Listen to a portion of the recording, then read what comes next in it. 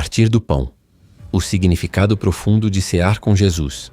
Quantas vezes já ouvimos falar da ceia do Senhor? Para muitos, é apenas um ritual religioso. Um momento breve na congregação, onde se distribuem pedaços de pão e goles de sumo ou vinho.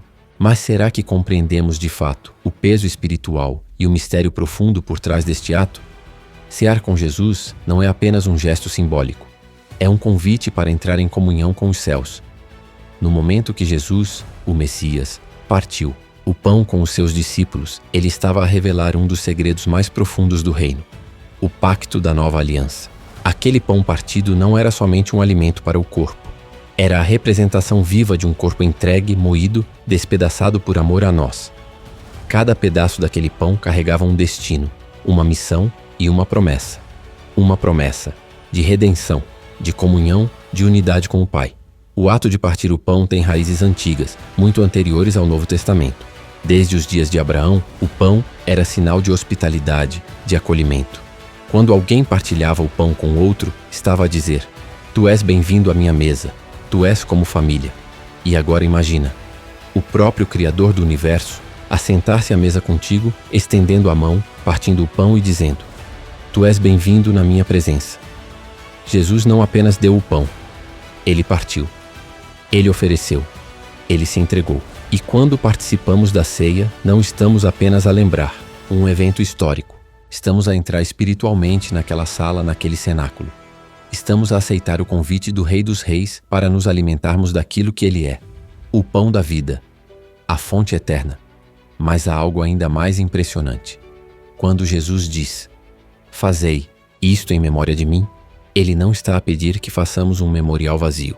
A palavra memória, no original, carrega a ideia de tornar presente. Ou seja, ao partirmos o pão em seu nome, algo sobrenatural acontece. A presença dele é manifesta.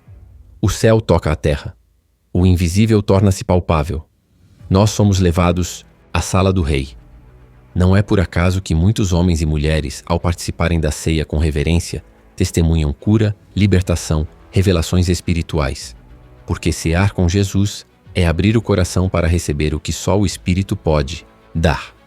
Agora observa algo interessante. Jesus não apenas partiu o pão. Ele fez isso à noite. Foi num momento de trevas, de traição, de agonia prestes a começar. Isso nos mostra que a ceia não depende de tempos de bonança. Podemos partir o pão mesmo em tempos escuros, mesmo quando a alma chora, porque ali, em meio à dor, somos lembrados. O corpo foi partido para que o nosso fosse restaurado. Há um detalhe que muitos ignoram, mas que carrega um peso enorme. Antes de partir o pão, Jesus deu graças. Ele sabia o que viria: a cruz, a humilhação, o abandono. Mesmo assim, ele agradeceu. Isso nos ensina que cear com o Pai vai muito além de comer ou beber.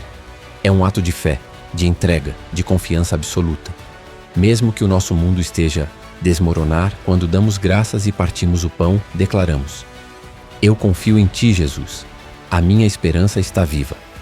Ao dar graças, Jesus mostrou-nos que a gratidão precede a glória, que a adoração abre as portas da comunhão verdadeira, que antes do milagre vem o reconhecimento da fonte. E então ele partiu o pão e disse: "Este é o meu corpo, que é dado por vós."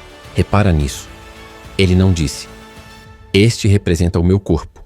Ele disse: "É." Em outras palavras, ali havia mais do que simbolismo. Havia presença, havia entrega, havia sangue e verdade.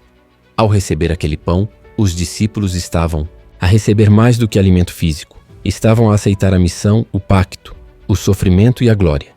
Cear com Jesus é, portanto, um ato de aliança. É declarar: "Eu me uno ao teu corpo, à tua dor, ao teu propósito, à tua vitória." Não é para ser feito de qualquer maneira. Não é um ritual vazio. É um portal para a eternidade. O apóstolo Paulo alertou sobre isso.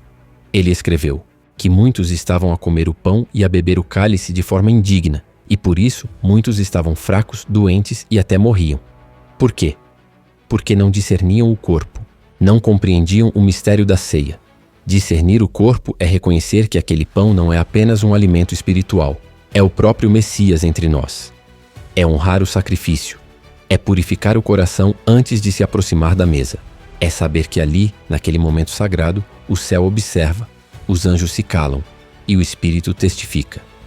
Mas a ceia não é apenas memória de dor. Ela é também anúncio de esperança. Porque cada vez que comemos o pão e bebemos do cálice, proclamamos a morte do Messias até que ele venha. Ou seja, estamos a declarar que ele voltará. Que aquele que partiu o pão conosco naquela noite sombria, um dia o fará novamente.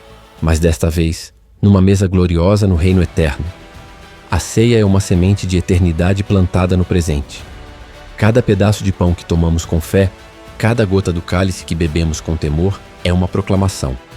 Eu pertenço ao reino. Eu espero pelo rei. Eu sou parte do seu corpo.